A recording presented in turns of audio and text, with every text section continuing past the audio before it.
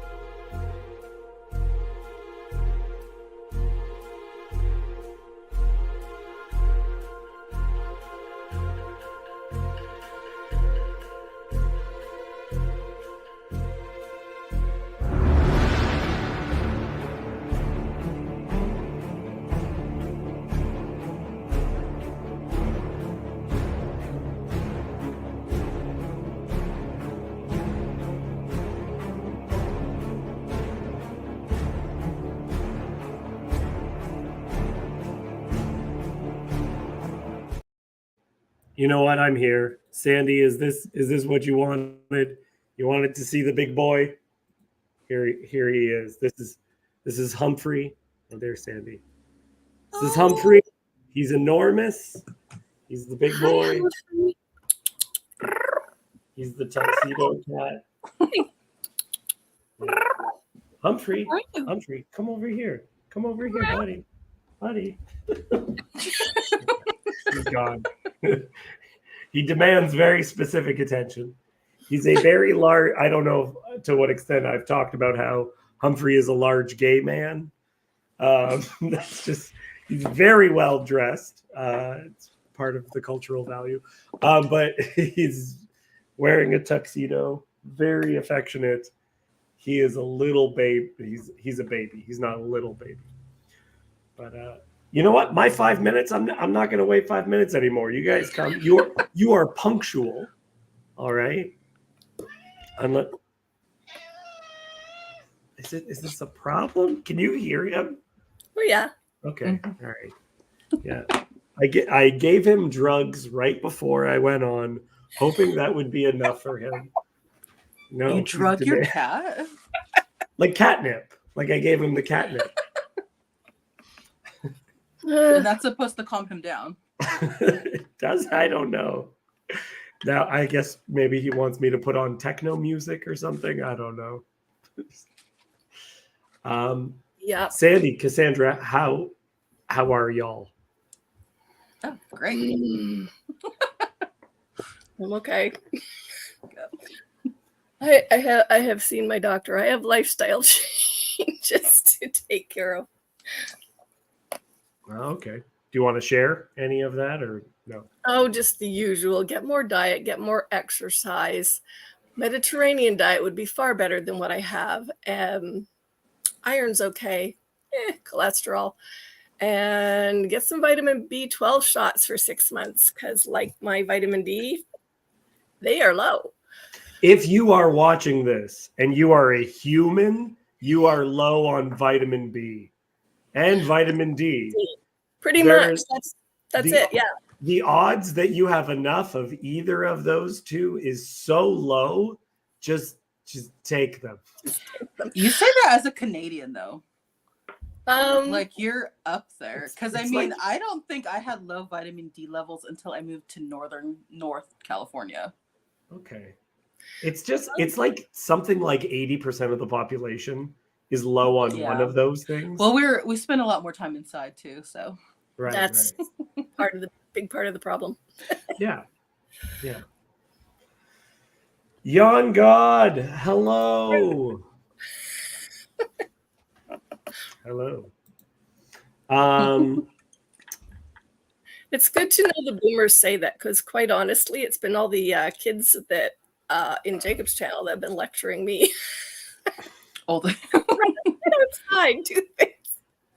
Oh, because he's on a boomer rampage? No, for 2 years they've been that's been a saying. Touch grass. So why are you sitting here? Right. Get outside, all that stuff. Yep. Cassandra, how is Cassandra doing? Is your doctor telling you to take things?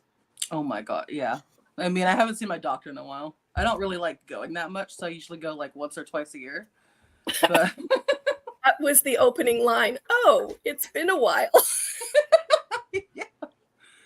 Yeah. I got it. Well, I don't know what the way you're supposed to go to the doctor. After my last time at the doctor, I didn't realize I was supposed to make the follow-up appointment. I thought they did that. And so now I have to call back and wait like another month or something until they can see me. Oh, he's huge. He's a tuxedo? Yeah, tuxedo. So he's black, look, and then the white shirt with the white cuffs. Very elegant. Very elegant looking cat. That's what they call that. Mm-hmm. You aren't spoiled enough, though. You're not spoiled enough, though. My dad made me feed our cats sardines. Anybody who wears a tuxedo should at least get sardines occasionally. He gets wet food twice a day, and he has to have special pee food because he's a boy and has urinary tract problems. Yes. How old is he? He's 9 now. I have a 9-year-old dog and a 9-year-old cat. Yeah, he's like middle-aged. Yeah. Yes. Michael, I waited to see your video before I added you. What video? So there's been problems with bombers, and some of them are even taking on the names of people in the chat. Really? So Kurt never shows his video. So Kurt, if you come out, I got to see your face or I'm not adding you, man. I'm not going to risk it. The person impersonating Yon God, it was fascinating. I didn't even know what I was seeing. Did you guys see it? No, I wasn't on. Okay. I know. I was like, I had to look close because I was like, what am I looking at? I thought it was a shrimp or something. I have no idea what. Yeah. Imagine if you wrapped a hot dog in wire. That's basically what it looked like. It was very confusing. Anyway, people aren't here for conversations about this. They're here for the Bible, guys. Sandy, please stop being so getting us off track. Yeah. Keep us on track. I apologize. I was actually on a stream a year ago and was one of 2 people whose name got used to sneak in. Yeah. Wow. So I have a lot of sympathy for you on that. I understand. Okay, Michael, I let you on this stream, but you be nice to Sandy, okay? Be nice to her, okay? Don't say anything mean. At least not till I've had my B12 shots. Sorry, Michael made an excellent video on boomers. A lot of people did not understand what it was really about, which is what it's really. Michael's major concern is that everyone repent and turn towards Jesus. Right, Michael? That is your major concern. Yep. Yeah. And with every single generation, you think that they might have like pet sins, like a thing they specifically have to get over. Would this be correct? Probably. I mean, there's definitely a spirit of the age. So as that varies, there's going to be a particular the trend, I guess. That I mean, I don't know. I guess it's just probably the differences between every generation are that we're messed up because of your mistakes, and you were messed up because of your parents' mistakes, and they were messed up because of their parents' mistakes. But it's like a weird reaction every time. So it's like every generation something gets like flipped around the opposite. So Yeah. I have been unimpressed by this since a very young age. My sister at 14 announced that I was over the hill. I was 17. So I am so far over the hill that it's irrelevant. Just for fun, I also did an age thing. Somebody in Jacob's channel on Discord. We were chatting. Anyways, we came out with the after you did all the funky math in terms of age. When I met my partner who had died, and this and that and back and forth, regardless of what chronological time said, he decided I was 26. So you guys are old. Yeah. And at some point I realized, Michael, I know you're going to relate to this as someone who's on the spectrum, which is when I was younger, I was told that I was an old soul, and it took me a really long time to realize what that meant was you're really bad at being a child. Because I was always like this, and when I was in grade 6, that was not cool. People were not interested. When I am like 87, people are going to be like, that old man's great. But as a child, it was like, that kid's a weirdo. My youngest son was born a little old man. Even the nurses in the delivery room commented on it. I love how children are dressed like the elderly, how we put them in like, the women are in these like giant fur coats with a matching hat, and the boys all in bow ties. The little tiny old people that we have are wonderful. Okay, guys, all the wrenches. Andrew, this is one.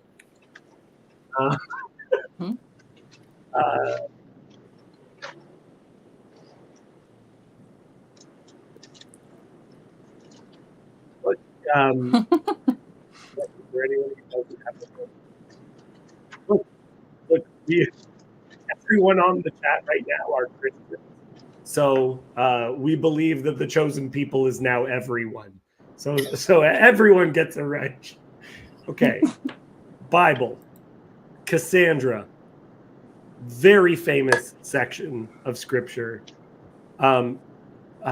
Chezi is going to be so interested in the topic that he's going to stop lurking and come on. Yeah, we got other people saying Hineni. Okay. Cassandra, please. Now the boy Samuel was ministering to the Lord in the presence of Eli, and the word of the Lord was rare in those days. There was no frequent vision. Pause. The word of the Lord was rare in those days. There were no frequent visions. There is a connection within these stories between seeing and hearing. We think of those as separate things, but the word of the Lord is something which physically appears. The word, the logos, is something which is seen. Okay? Kezi says he's working, multitasking. Yes, but there's not too many frequent visions. The last chapter we had a prophet who says a thing or two. But besides that, we don't have frequent visions. It's been rare. It's been years. Continue. That's all I have to say, unless anyone has a comment. At that time, Eli, whose eyesight had begun to grow dim so that he could not see, was lying down in his own place. The lamp of God had not yet gone out, and Samuel was lying down in the temple of the Lord where the ark of God was. Then the Lord called Samuel, and he said, "Here I am," and ran to Eli and said, "Here I am, for you called me." But he said, "I did not call. Lie down again." So he went and lay down. Just to be clear, that's Hineni. That's when he hears the voice, Hineni. Which I like when it's clunky translated, behold me. That's like literally what Hineni would be translated into English. Like if someone calls your name and you just turn or try answering the phone that way, behold me. Look at this. So the word of Hashem was rare in those days. There were no frequent visions. At that time, Eli, whose eyesight had begun to grow dim.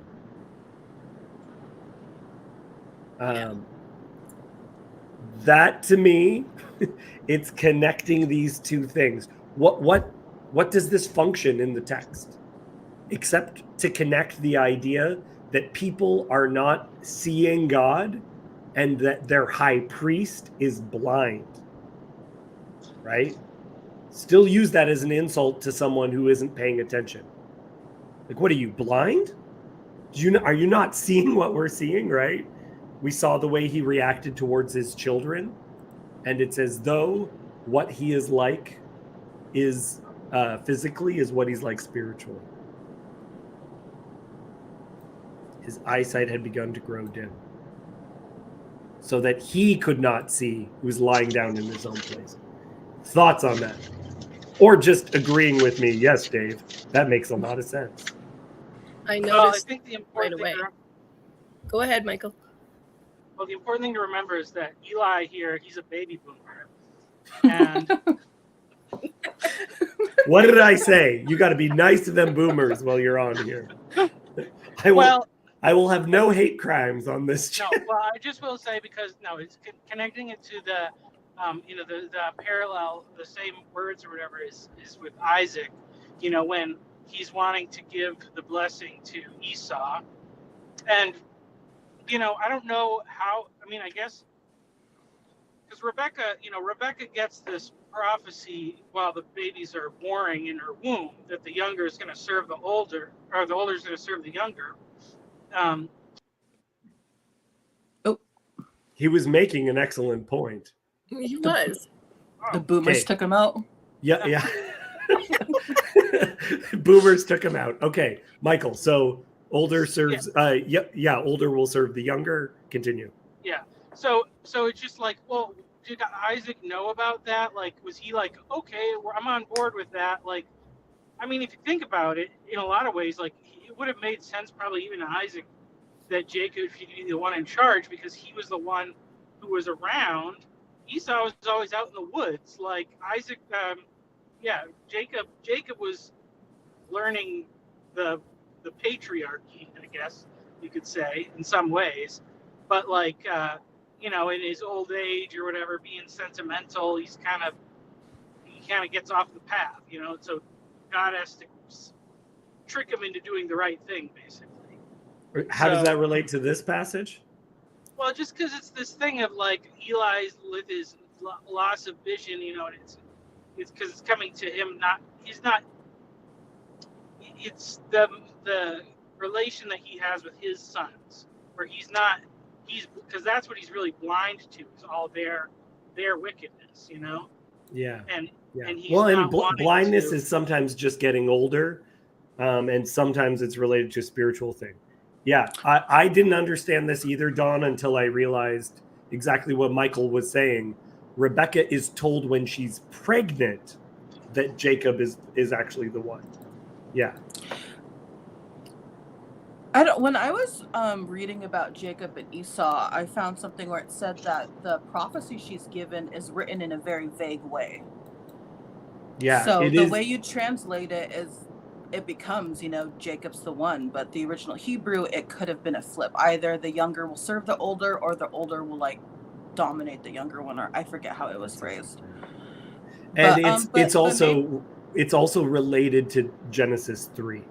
So Esau's nickname is Adam, right? Edom is, if you just look at the Hebrew letters, is the same as Adam.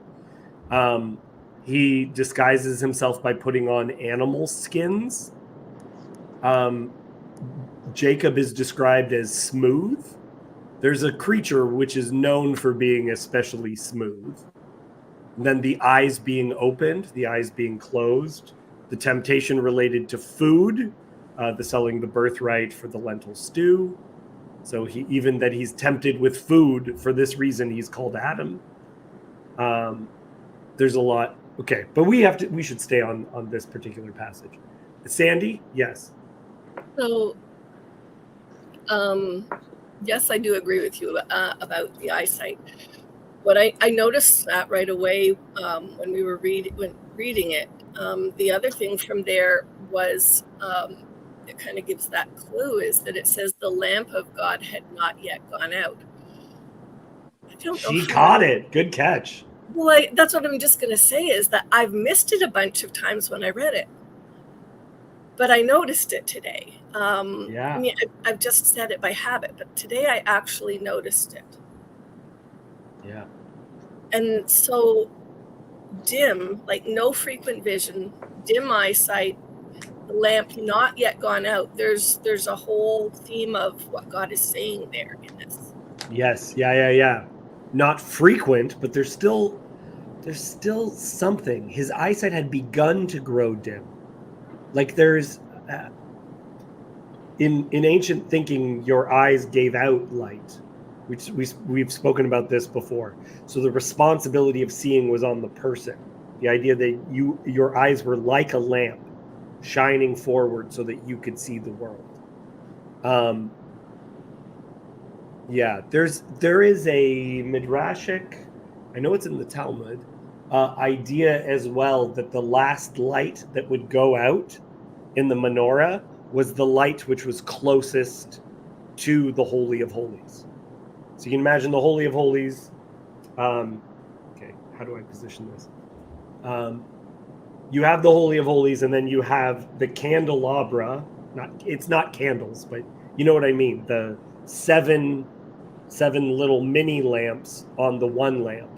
One's closer, one's farther away. And the idea was that the light would be the last light to go out would be the one closest to God's presence. So I don't know if that's related. This idea of like that was considered a good omen when that last light was the light which was closest to God went out. He gets up. Okay, this is an idea that one of my professors put in my head. We'll see what you guys think. Old people have to pee in the middle of the night. And so my professor thinks that this was a very common occurrence, that at 1 o'clock in the morning or whatever, or in the middle of the night, it's just like, Samuel, I need help, please. To the bathroom we go. And so that's why he's very used to getting up in the middle of the night. Yeah. Any other thoughts before we move on? Well, I had one more thought about the dim vision thing, like, and the dim eyesight and the no vision. You know, when somebody loses their sight, like they can still navigate the world to a certain extent, like with their hands and things like that, but all they have to like visualize is their memory. And so, you know, like I was thinking about, you know, like sometimes you go to like the grocery store or something and they have like weird new fruit, like they have like yellow watermelon now. And it's like, right. And it's like, if you've never seen a yellow, if you have gone blind, but you used to know what watermelon looks like, you would just assume it's all red watermelon. You could be eating yellow watermelon and you wouldn't know. And you're just going to say, no, watermelon's always red. There's no such thing as yellow watermelon. You know, and it's kind of like that. They're not, if your eyes are dim and closed, you're not receptive to new words from the Lord, I guess. Well, related to this, I saw. I was taking a Greyhound from Toronto to Windsor. Windsor's my hometown, and while I was waiting, I would sometimes start up conversations with just random people. And there was this goth girl who was blind that was sitting there, sitting next to me, and I struck up a conversation with her. And I asked a question I've always wanted to know the answer 2, which is, do you see in your dreams? Now, before I give the answer, I'm going to ask you guys your opinion. Does she see in her dreams? Some people have asked this information, so I'll just give it first. She could see until she was about 5. But now she was like 20. Could she see in her dreams? Go ahead. I'm gonna say yes. We got a yes from Michael. I don't know if it would be the same as other people see, but I will also say yes. Okay. Cassandra. Probably depending on how blind she is currently too. Well, so she was born with one eye, and then she lost the ability to see out of that one eye by the time she was like 5.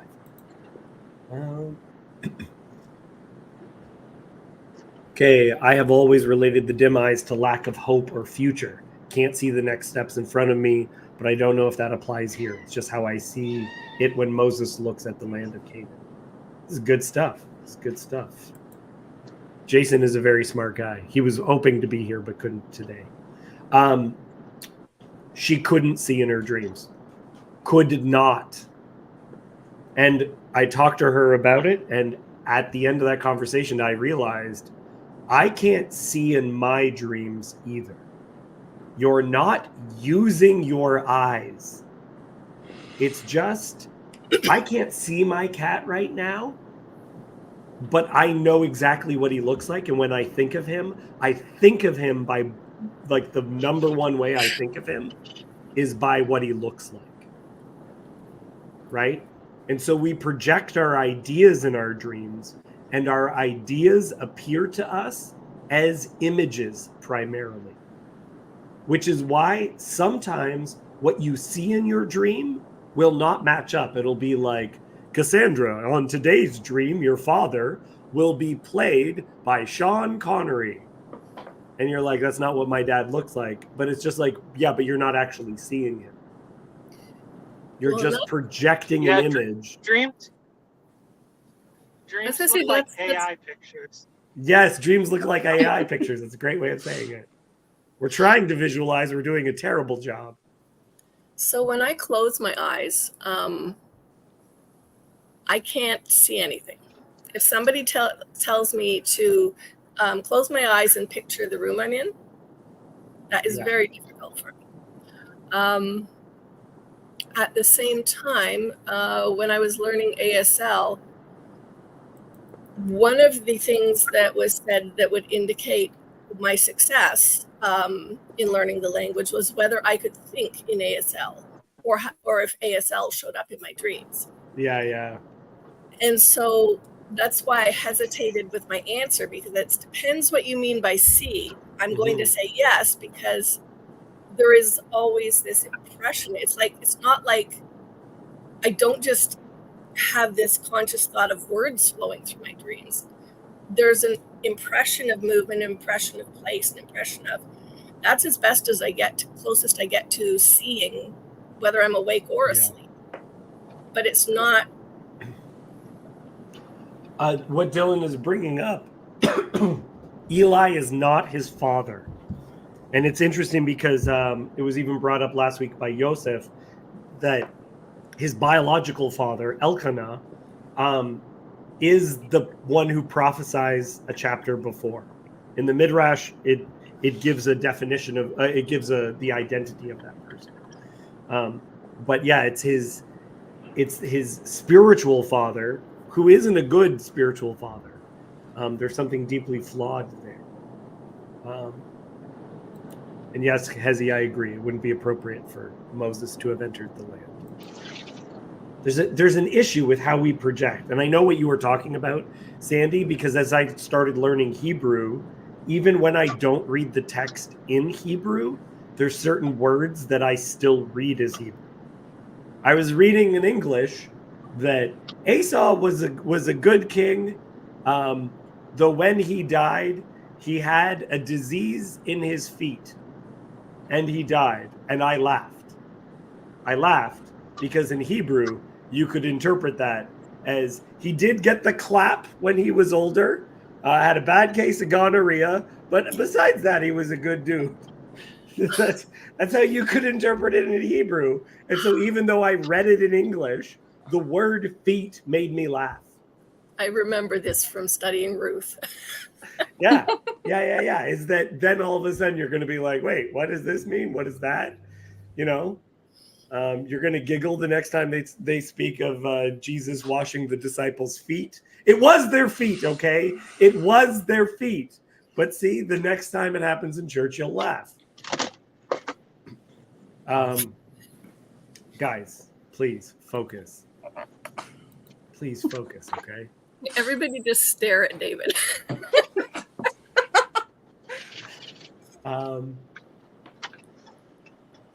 Cassandra. Okay. And the Lord called again, Samuel, and Samuel rose and went to Eli and said, "Here I am, for you called me." But he said, "I did not call. My son, lie down again." Now Samuel did not yet know the Lord, and the word of the Lord had not yet been revealed to him. And the Lord called Samuel again the third time, and he arose and went to Eli and said, "Here I am, for you called me." Then Eli perceived that the Lord was calling the boy. Therefore Eli said to Samuel, "Go lie down, and if he calls you, you shall say, 'Speak, Lord, for your servant hears.'" So Samuel went and lay down in his place. Perfect. That was real good. Real good. I'm noticing why Adam had the interpretation that he said. Eli calls him my son, which is very interesting too. My son, lie down again. Now, I love this line, like the drama of it. Now Samuel did not know the Lord, and the word of the Lord had not yet been revealed to him. This idea of like the inexperience, the not knowing how to respond, what to do, how to perceive when God is guiding you, is in the text. You know, that's very interesting. Just talking about how like Hannah is used as the like example for like why you would have a baby dedication instead of a baptism, and this is like the same reason why like Baptists don't baptize babies. It's like, well, just because your parents are a Christian, it doesn't mean your kid knows the Lord yet. So it's like waiting for that personal experience. So yeah, and it's interesting too because this opens up a whole can of worms of God speaking and acting in our lives, and that you could go your whole life with God acting continuously without you knowing that that's who was doing it. It's an interesting image.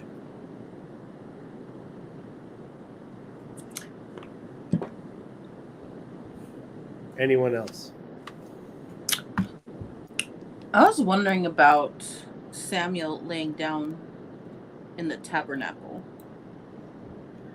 Yeah, I don't understand it. I really don't understand it. What, they don't have a place where this kid can sleep? What is going on where he sleeps but in the tabernacle? Well, where was Eli sleeping? Wasn't it? He had his own place, it said. Did it? Yeah. It said Samuel lay down in his place, but it said Eli was in the tabernacle still because the light of the Lord had not gone out yet. But I was just wondering if that is something that Eli normally would do. And this is just like Samuel slowly taking over and becoming. Is it the last duties that are supposed to take place within the tabernacle? Like, I don't know what those things are. It seems very strange to me. Though, again, this overlaps with the image that we were talking about before of like he is sleeping like the image of a king, right? He's sleeping in front of the place where the king resides. He's sleeping in front of the throne room and hears the voice of Hashem, of God, speaking to him. Yeah. Has this ever come up before? Like, are there any other mentions of people sleeping in the holy place? Not that I am aware of. We have Uriah sleeps at the door. Do I let Kirk in, guys? This is a real question. I'm going to go tiny. I'm going to let him in tiny. I'm going to get ready to remove him. Kirk, can I please get a hello from you? Hello. Okay, Is the cool. reason you want to remove me? No, Kirk, there's been people without cameras on that have been impersonating people in the corner so that they can bomb. This is what I look like. Oh, okay. It's a I good can face. attest to that. I have Yeah. seen his face before. That is what Kirk looks like. Okay, I'm thank not you, Kirk. I'm not particularly handsome. That's why I don't keep the camera on. It's a fine face. It's a good face. I've seen far worse faces. No, I'm about average. But This isn't the point. I just wanted to make sure that you are not someone trying to trick me so that you could show horrible images. okay. So, yeah. I prayed to the Lord of hosts before this Bible study that nothing inappropriate would occur. So I hope a man can dream. Either you can't. So one of my questions on the on whether Samuel was sleeping in the tabernacle,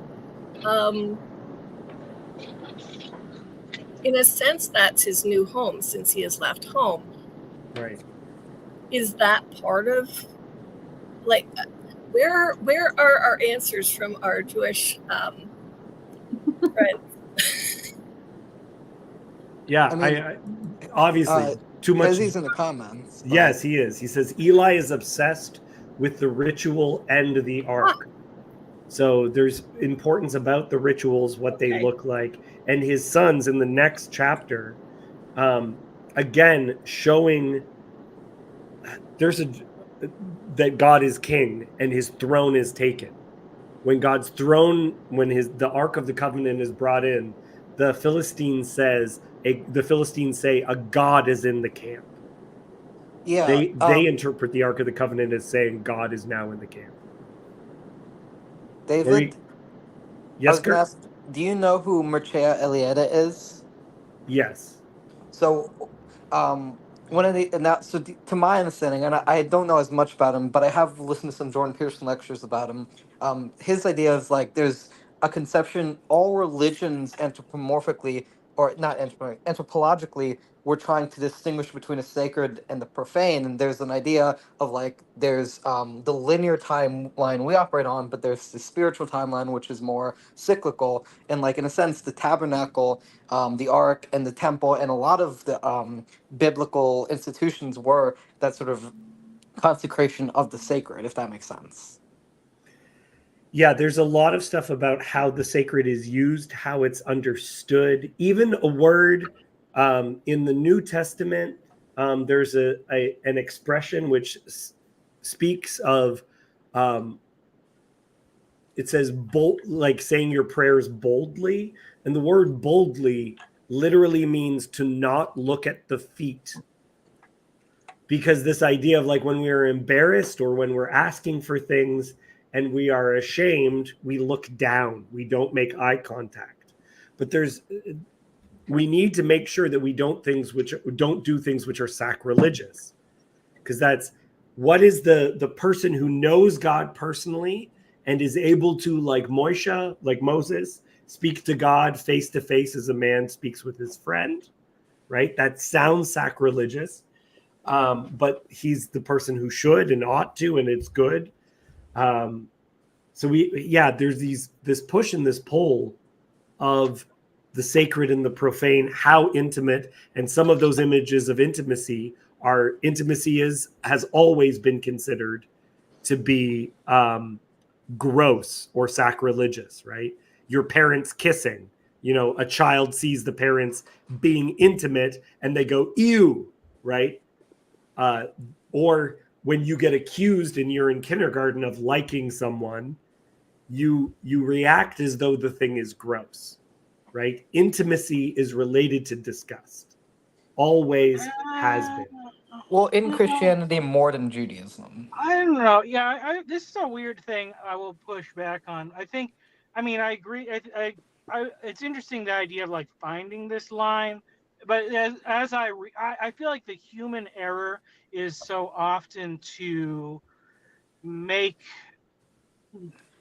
like the fear of the sacred, and then to protect ourselves from our fear of the sacred by distancing ourselves from it with as many like rules and protective barriers as possible, to where it's like man's religion is the one that is over encumbered with uh rules and traditions, to the point where you have an extremely narrow like way of life prescribed to you.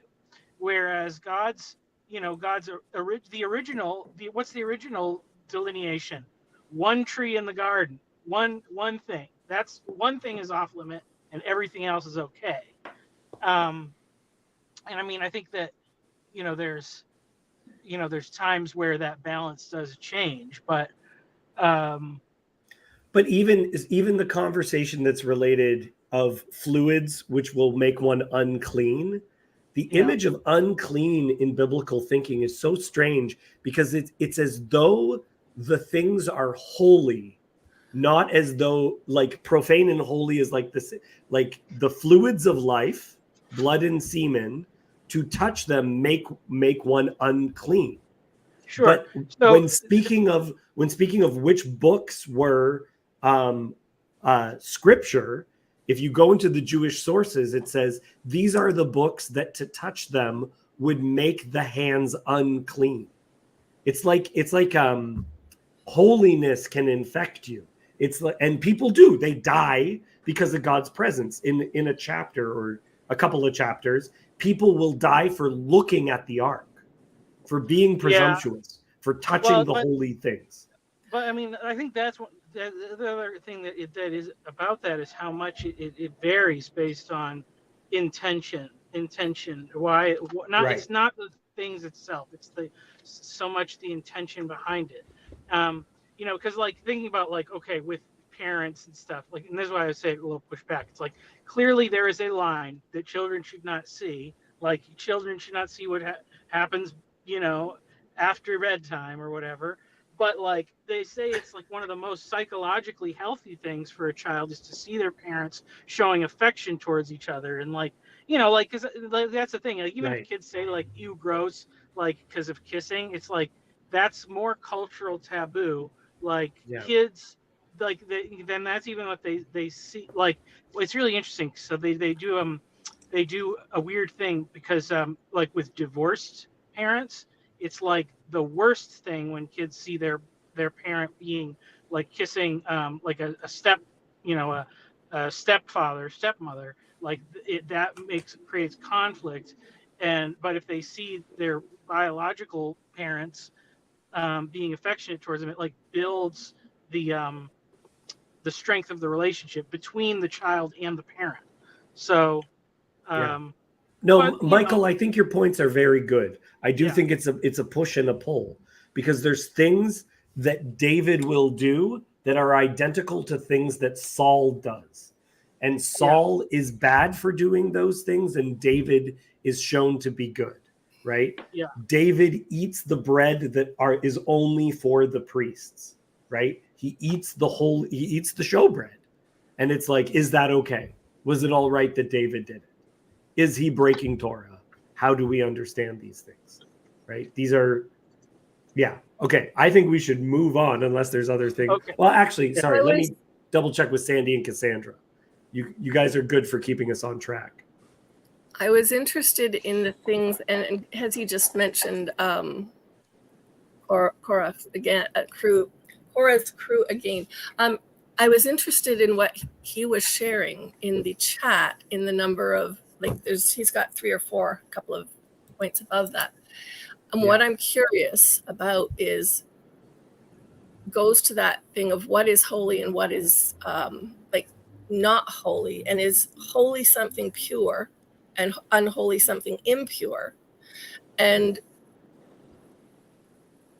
when he mentioned Eli's sort of obsession with the rituals, the ark, is putting Eli there to sleep. I mean, is that something that then pulls the ark into a place of impurity because it's like laying down at somebody's feet in a sense? Or is it something different than that he was referencing in terms of why the obsession with the ark and why putting Samuel in there was not cool? I think the importance is in the question, so I'm not going to answer that. I think that is a great question, Sandy. Cassandra. Terrible job. I almost went with that name, Cassandra. It's beautiful. Don't let him bug you about it. I'm And that should be a bold statement. I almost chose that name. I have never met Cassandra in person, but I consider her one of my friends. So that's she knows Am I this. one of your friends? Yes, Kirk, you're starting to be. We've only had like 2 interactions. We've had like 4. Yeah, I suppose. I suppose you're right, but I've only seen your face twice. Cassandra, do you have any other thoughts before we continue? Oh, I was thinking maybe even that Eli, it took him 3 times to understand what was happening to Samuel. It's like he's not even just blind now. He's losing his other sentences of hearing and seeing the visions. Because you would think the first time you'd think he'd be maybe more perceptive. Yeah. I didn't call you. No. 3 times? That's very annoying. Also, it's really good with story structure, right? Bible has good story structure. A priest, a nun, and a rabbi, right? That's how the joke goes. Yeah. So you want rule of 3. It's very important. Or you a priest, a mom, a rabbi, but Yeah. Yeah, I was gonna say I like the way because even with the previous chapter that we read last week, I like the way they put Samuel's story in between the stories of Eli's son and Eli, like in between all these stories of corruption and decay. There's stories like Samuel, he was growing in God and he was beginning to serve the Lord and he was wearing the ephod as he's growing, and you kind of even see that now that Samuel is taking on these duties as Eli is slowly losing, I don't know, the ability to do it or something, or and the image that I picked for this video, if you guys saw it, it's an image of the boy Samuel going, and he's like a really tiny child. He is minute, and he's indicating to Eli that it's God. The boy is pointing up. Am I able to share that one too? Let's see if I can. Come on. That's not. Okay, there it is. Share. This is the image that I particularly like. So you see the old man dressed in the priestly garment. Interesting, not wearing the golden crown though. And this is like how, I don't know how old you are picturing. Your mind's eye is picturing Samuel, but look, he's the one who's pointing up. It's a very, very interesting image. Now the artist is getting things wrong because we have a physical structure here, right? As though it says temple. It's interesting that it's saying temple because it's tabernacle. Yeah. They loved anachronisms until the 20th century when people got really offended by them. Yeah, I love anachronisms. They're so good. Okay, we're going to go back to the text. Okay. Cassandra is going to do a great job reading. Share. Where is it? There we go. Ah, there we are.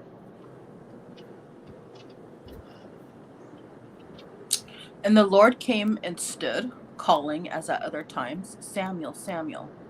And Samuel said, Speak, for your servant hears. Pause a second.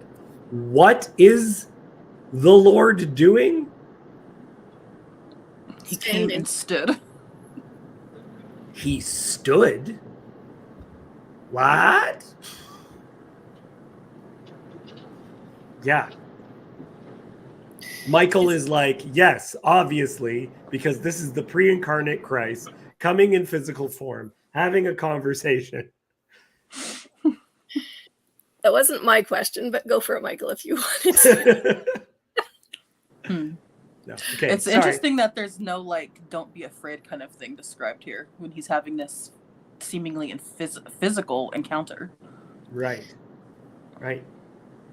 So, stood.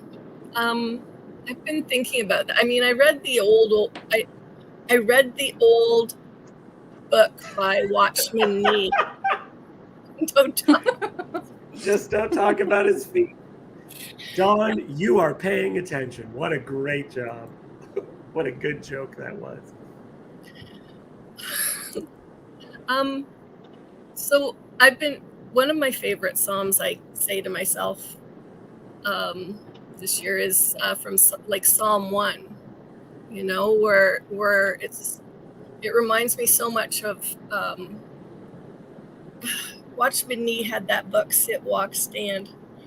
And the first thing I noticed when I read Psalm 1, I went, wait, why did he put them out of order? Because Psalm 1 talks about the righteous man.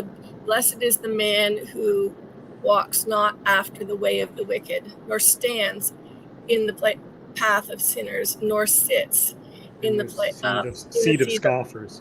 Yeah. And so I've been thinking a lot about that. So when it says that the Lord came and stood and calling at other times, it didn't mention that he stood, that I'm aware of, in the first few times.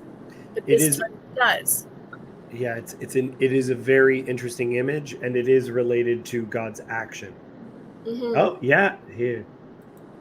Adam is throwing this in. I think I read that God standing means the world is shaking. It shows a sort of instability, which, let me tell you, is definitely what's taking place here.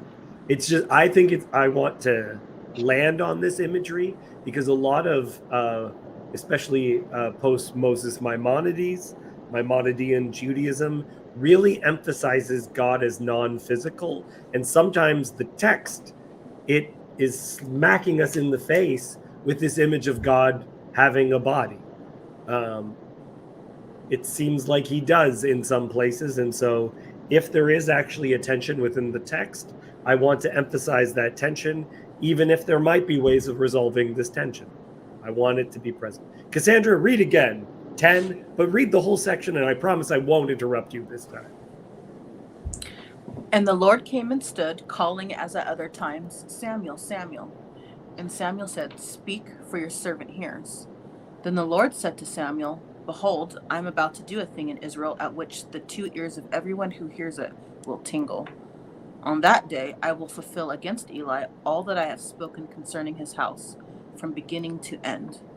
And I declare to him that I am about to punish his house forever, for the iniquity that he knew, because his sons were blaspheming God, and he did not restrain them. Therefore I swear to the house of Eli that the iniquity of Eli's house shall not be atoned for by sacrifice or offering forever. Wow. Will not be atoned for by sacrifice forever. Okay, some fun stuff with Hebrew, just so whenever you see it, you'll know. There is no punctuation really in biblical Hebrew. So what you do to add an exclamation mark is you say something twice. If you say something twice, that means a surely or an exclamation mark, or it really emphasizes either someone is crying or yelling or calling. It makes the thing very, very clear. So an example of someone crying, oh, Absalom, Absalom, my son, right? Ilahi, Ilahi, my God, why have you forsaken me, right?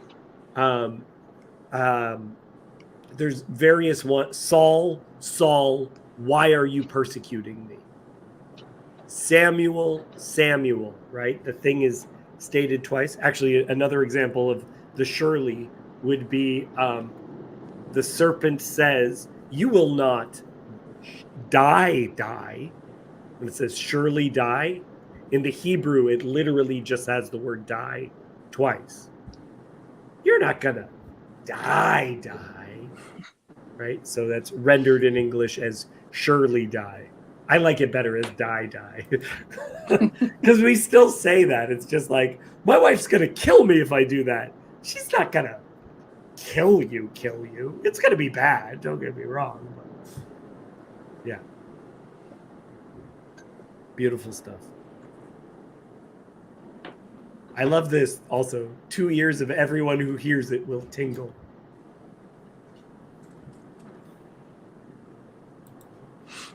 Yeah, this is kind of like last week when there was that thing about if you sin against the Lord, who will intercede for you. Yeah. And then now he's saying that there's nothing you can do. Yeah. Yeah, it's interesting. Sacrifice or offering. Because the implication here, and this might be controversial for the Jewish audience, it is saying that the atonement occurs through the sacrifices and the offerings. Because they would say, no, that's not actually how the things are atoned for, but it is here very clearly stating, like there's no sacrifice or offering that'll make you all right. Yeah. This is the message that he's given to go tell his boss / father figure, which is also intensifies it. My son, right? Go, my son. What is it, my son? That's who he has to tell these terrible things to.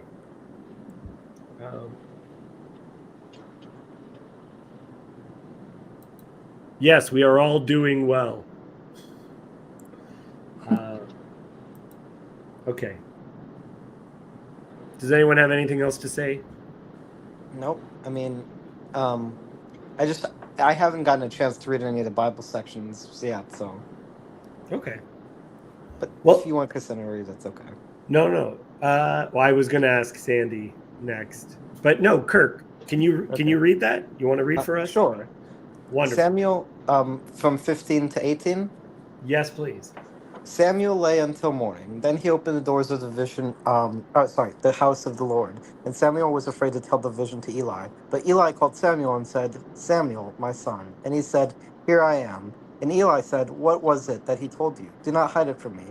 May God do so to you, and more also, if you hide anything from me of all that he told you. So Samuel told him everything and hid nothing from him. And he said, It is the Lord. Let him do what seems good to him.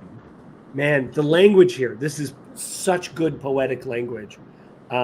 Any of it standing out to people, what they might be noticing? Yeah, well, we just finished Judges not that long ago. Yeah. I mean, very Leonard Cohen-like. Very Leonard Cohen-like. I like that. Again, Eli called Samuel and said, Samuel, my son. It's again like the drama of the connection between these guys. Calls him my son, and his response is the same way he was responding the night before. Hineni, here I am.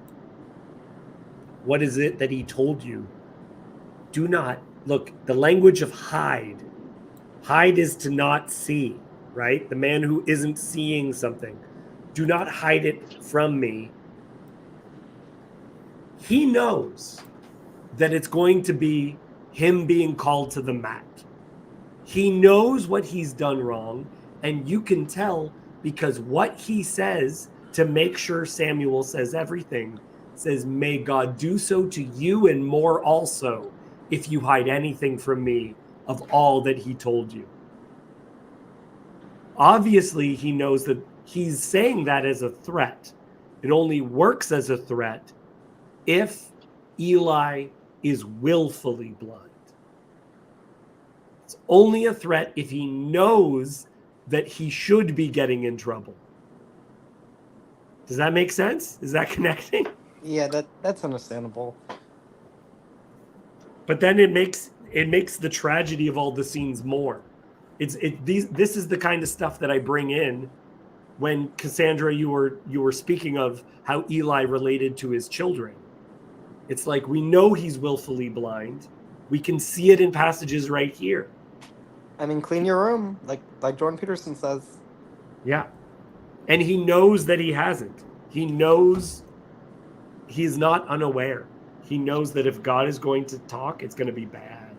Well, this is one of the criticisms that not just Jews, but also to extent Catholics have of Protestants, that there's a problem of like, oh, you want salvation through faith alone, instead of getting your room in order first. Right, right. And that you hit a certain point where, I'm sorry, if this is what you are doing with yourself, there is nothing left for you.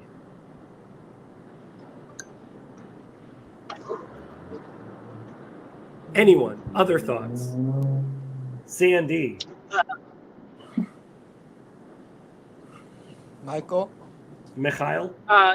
It kind of reminds me a little bit of like Cain and Abel, but like where God, speaks to Abel and not to Cain or whatever, and Cain kind of gets upset about it, but Samuel here is like Eli's knowing like, hey, yeah, God picked you and not me, so let's you're the one that's kind of got the plan here. And the other thing that it kind of reminded me a little bit of is like with Joseph, when he gets like the visions that make his brothers jealous and stuff. And because it's like in the sense of like, because he's a kid hearing from God, and it's like, oh, this is the message I have. Like, I don't know what it means, or Here's a fun thing to share with you. Yeah. Like the, so that kind of reminds me of that a little bit. Hey guys, I had a dream yesterday. In my dream, God told me I'm better than all of you. I am so sorry. Maybe keep that dream to yourself sometimes. Eh? Yeah. Cassandra, anything else?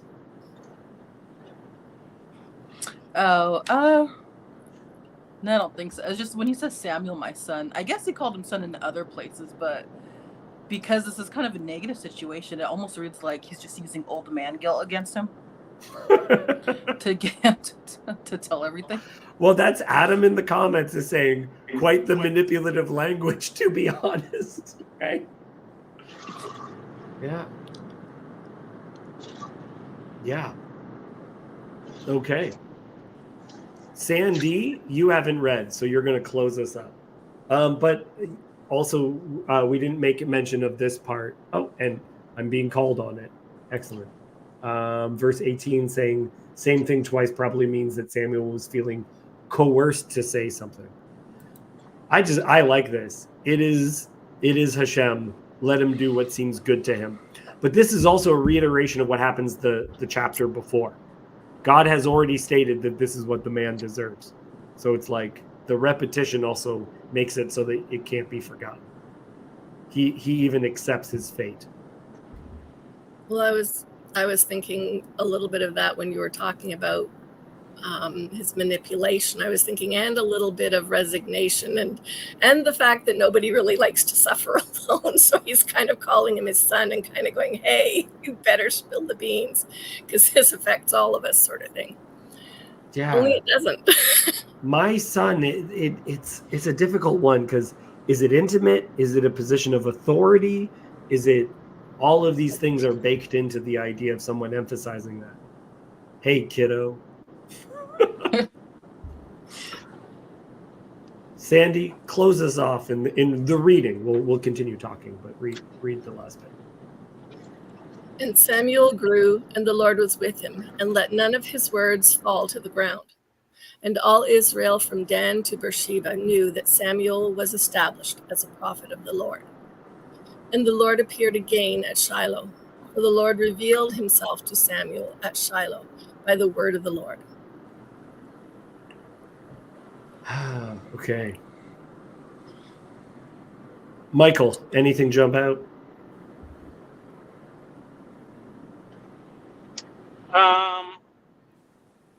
So I mean, well, so it's interesting. It's just basically telling us like there was a lot of stuff that we don't have the details on that, caused his, I don't know, not to say fame, but knowledge or whatever of Samuel and his position as a prophet to spread and grow. Mhm.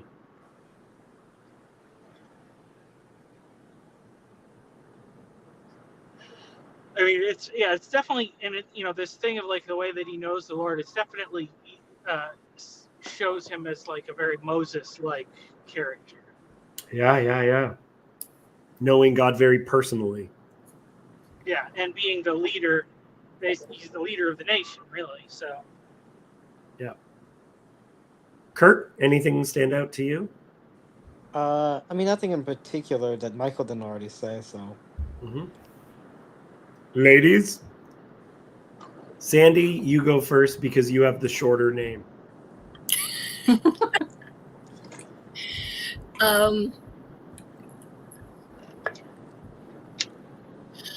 I don't know if it's significant, but I like in verse 19 that he says that the Lord was with him and let none of his words fall to the ground. Like anything God revealed to him, anything that Samuel shared from that did not go to waste. That's beautiful, especially because Eli, the words were wasted on him. So that idea of, I love that image. Don't let them fall to the ground. That's a beautiful metaphor, to let someone's words fall to the ground, right? Like you're not holding on to them.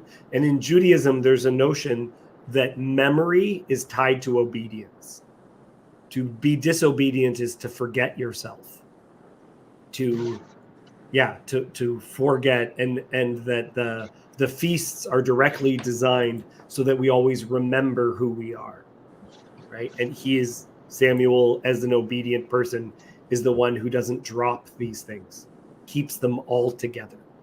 out of curiosity, do you know any of sources for these Jewish concepts of memory? Because I don't know much about philosophy of memory, but Yeah, so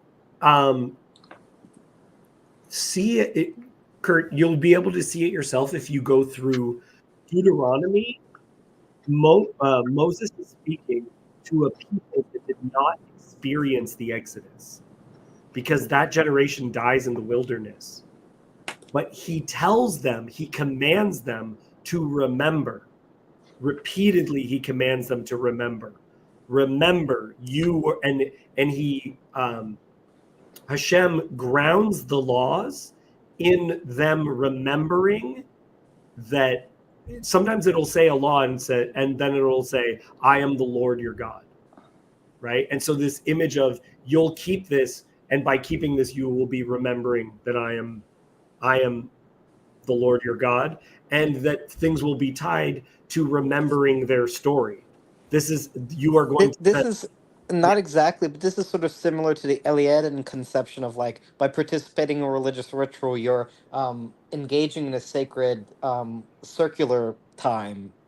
Yes. Yeah. So in Passover specifically, you gather and you act out as though it is the night of the Passover, and as though this has happened to you. It says, when your children ask, why are we doing this? The 4 questions.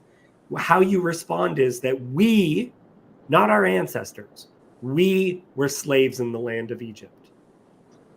Moses says to a people who were not brought out of Egypt in Deuteronomy, he says, not your fathers, but you did the Lord bring out of Egypt, which is a factually untrue statement.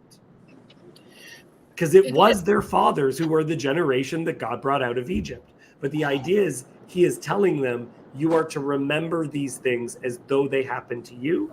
And to be sinning is to forget that truth. That's when you'll treat the strangers poorly, because you've forgotten that you were strangers in the land of Egypt. Because remembering that is why you're good to them. Yeah. Yeah, that's understandable. Yeah. I still think about. I think often about this kind of memory. So my partner and I went through some tough times. He kept trying to send me away, he didn't think he was good enough to be in a relationship.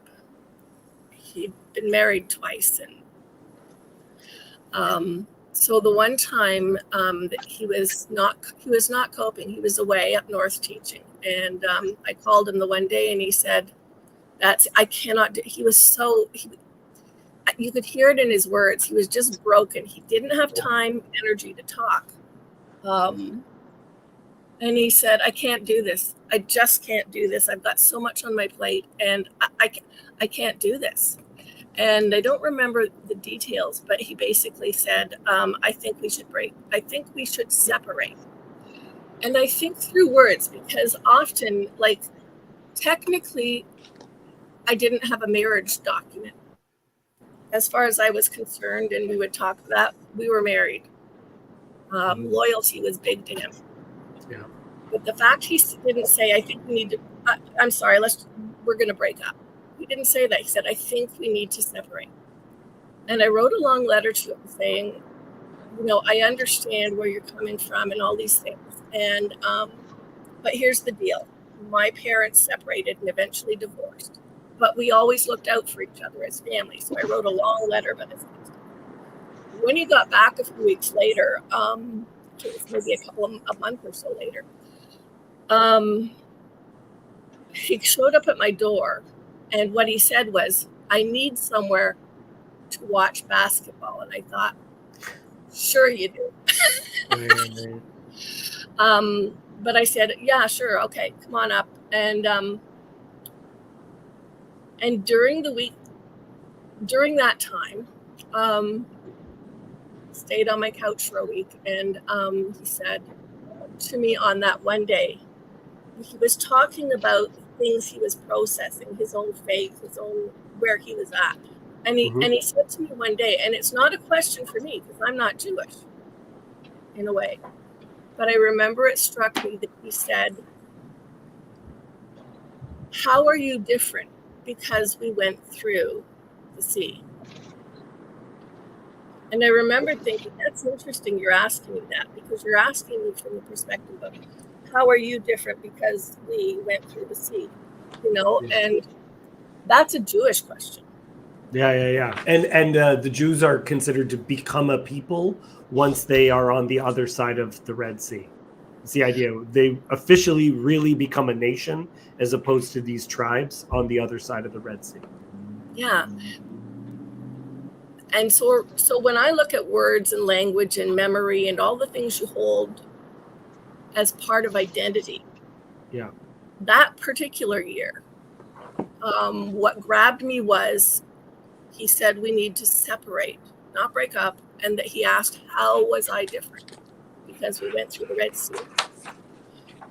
And one of the things he valued always throughout the whole thing, in terms of how he personally felt tested by being divorced twice, by all this stuff, was the unworthiness place, right.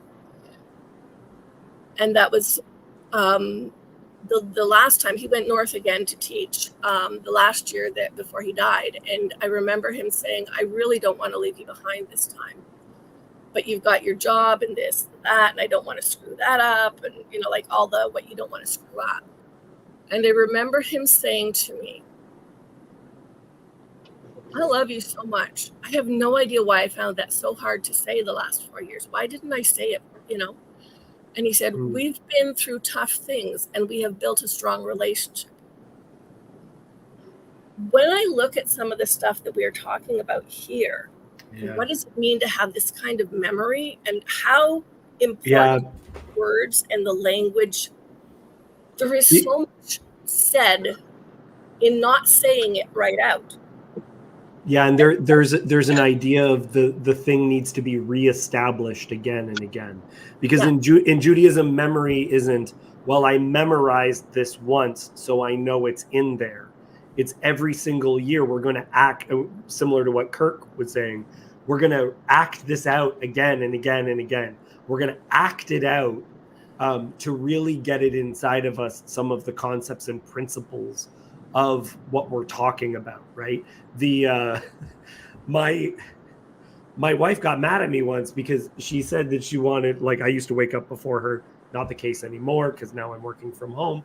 But when I had to go into the office, she said I had to give her a kiss before I left. Okay, this is a reminding on a regular basis. And one time we were fighting and I didn't do it because I didn't think she wanted me to kiss her, and she was just like, "No, you have to before you go." And that's Absolutely. like, whatever else is happening, we have this overarching structure. Remember, even when we're in the middle of fighting, that this is how things are true. And she told me this one time she was asleep and I didn't give her a kiss because she was asleep. And she just wanted me to give her a kiss on the forehead, kind of a thing. And she said, "No, you have to give me a kiss on the forehead, even if you think I'm asleep." Yeah. It's important. And I like this idea because to some extent, I do believe that Jews who are secular, who are still practicing Passover, that they are fulfilling something in the world. I believe that my father, who was an atheist, who took me to church every single week, still did something good in acting out this memory that he didn't have. Wasn't something he truly believed or truly engaged with. But I was blessed by this.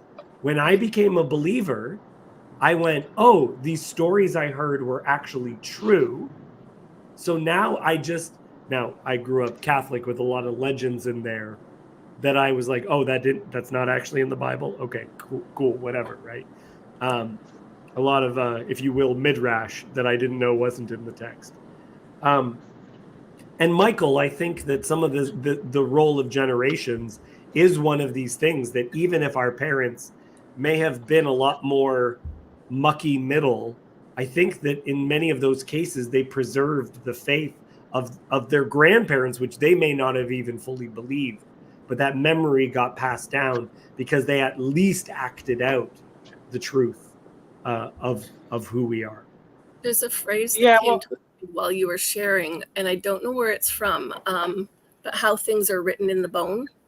Oh, yeah. It's deep in you. Sorry, Michael, what were you going to say? Because Michael, I think you got it. oh, well, I was gonna say, like with the generational thing, the way I see it, because the way I do see these, that like over the long span of history, is, sometimes the good things are forgotten a little bit, but we kind of don't have any idea how many bad things are also being like chipped away, and like God can bring the good things back, like essentially, it's like, because the good things are found in His Word, so His Word's always being rediscovered, but how many like generational patterns of bad habits and bad behaviors and things fall away. It takes a long time, I think. So it's like, I do see there's like something good going on in that process. It's not where sometimes forgetting is good, because if if if you're only right about half of what you know and think, then half of it needs to be forgotten and half of it needs to be remembered. Right. Sometimes you remember the bad stuff and forget the good stuff, but I think the overall trend is that over time it gets refined and it becomes better. Like, I mean, maybe just think about like that, Tom Holland's book Dominion, and just saying like, when we look at everything through like this fog of Christianity now, and like we Right. have no idea like how brutal and how bad it was back then. Like people were just cruel and like did not. It was a totally different world, and we kind of miss that because so much of that bad habit has been chipped away over the generations. Yeah. Yeah, Jan God was saying it's about continuity. No continuity looks random, and random things are generally disliked. Surprise. Yeah, the notion of inheritance. It's an interesting thing, because what I'm mostly waiting to get from my parents as far as my inheritance, I think of as money. whereas in the past it would oftentimes have been objects of significance, right? Like this would be in Judaism. There's like oftentimes a chalice for Kaddish that would be passed down, something like that. This is a connection, like literally for generations, families would be eating with the same plates and things like that, right? Something beautiful that would be a connection to these things that helps us hold together who we are, right? How these things occur, how we create a sense of continuity. And oftentimes, and I guess this is a good place to end, with a character like Samuel, there will be oftentimes in families a character that makes everyone remember. So we don't really have that in my family. And so there are family members that I haven't talked to for like a decade, and I have nothing against them. But I like have not had a conversation with them in 10 years because we have no character that brings us all together. Yeah, and that's Samuel becomes a character that helps the people remember who they are. He is on the heels of the stories of Judges, a period of time where people are especially forgetful. He's going to help them remember who they are. But they're not there yet. They're still without a king, including God. They're without a king. Yeah, I mean, I don't have much to add. If you guys want to end it off with a prayer or something like that, that'd be fine. Cool. Yeah, I'll do that. Let me ask everyone else before we go. Yes, Sandy? I was wondering if Kurt meant he would like to. I mean, I'll lead a prayer unless David wants to. I don't know what is my responsibility here. Maybe you start and I'll finish. Cassandra, do you have anything you want to add before we end the stream? No, I'm good. What do you mean? How would I start and you finish? Like you say a little. You never did this in youth group. You do a little bit of a prayer, like kind of you go about and people pray as led. I never remember doing that. I might have, but anyway, our God, Lord of Lords, that which is in heaven, please grant peace and security, happiness and freedom to all the nations of the world, and may your truth shine as a light to the nations. And let us say Amen. God, we ask particularly this week for us to be trained to hear your call and to respond in a stance of ready, in a stance of action, especially to bring about the hard things, the words that might be difficult to receive. We praise you as King. Amen. Amen. Amen. Thanks, guys, just for one question coming. but it's not related to scripture. It's about the stream. I had the other day I was trying to get. So 2 days ago, or I think it was yesterday, Jacob had a Just Chatting stream, and I wanted, and they didn't have a StreamYards in the YouTube chat, so I wanted to know how do I get inside of those streams? I believe on that one, he wanted to talk specifically with some specific people. So usually he posts the link, and if he doesn't, then he's just going about, because sometimes Jacob will also go on, talk for a while, and then drop the link near the end. If you ever go on Grail Country, that oftentimes occurs too, where Luke will talk for a bit and only add it like at the end. Yeah, but you were part of it. Remember, it was I forgot it. Who else? So I asked if I could come on because Jacob has given me connection with his channel, and the same thing for Jason. So he did not make the link public, so only us who already had could enter on. Yeah. Okay. Also noting that you did say that you asked, and I believe Jason did too. Yeah, we were in the stream, and I was just like, "Is it okay if I come on?" because he didn't drop the link. That's why I asked permission. If he drops the link, I'm just jumping on and giving him trouble. He jumps on and gives me trouble all the time. You know, Dave. So, out of curiosity, what do you do professionally? I am what is called an estimator. So, Cassandra, what do I do for a living? How do I always say it? Okay, now you expect me to be an expert on your lore? I don't do. remember. I do grade 5 math for a living. Okay, because you seem like you're very well read, or at least pretty well read on like psychiatry and psychology and philosophy and stuff. I wonder if there's any like I was gonna ask if there's any like Jewish Girardian, like Rene Girard scholarship or anything like that, or his idea of like mimetic theory. Nothing immediately comes to mind. Because I know there's stuff about Carl Jung. Hezi was telling me about that, about Right. Jungian scholarship. Jung is a strange figure as well. There's some stuff about, I'm not fully convinced about some of the Jung stuff, because I think we need to realize that he's actually do I want to get into this? If Grimm is watching, he'll be happy. Carl Jung, his dad was a Freemason. He had all kinds of connections. We don't need to go that deep into the lore. Well, he talked to demons all the time or whatever. That's where he got his ideas. He was always talking to these spirits that were revealing themselves to him. Well, and so if you get into, like, he writes books on alchemy. He writes books that are directly, like, when people think to yourself, oh, this is kind of like, do we need to get into these conspiracies about it? I'm sorry, but if we're going to understand someone who wrote books about alchemy and how those, he's making references to Freemasonic material. So yeah, we do need to know how he's relating to those concepts. You're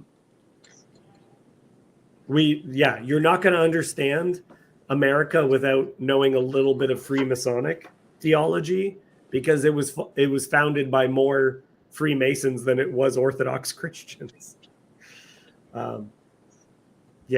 Anyway, no, I don't have anything to say regarding that.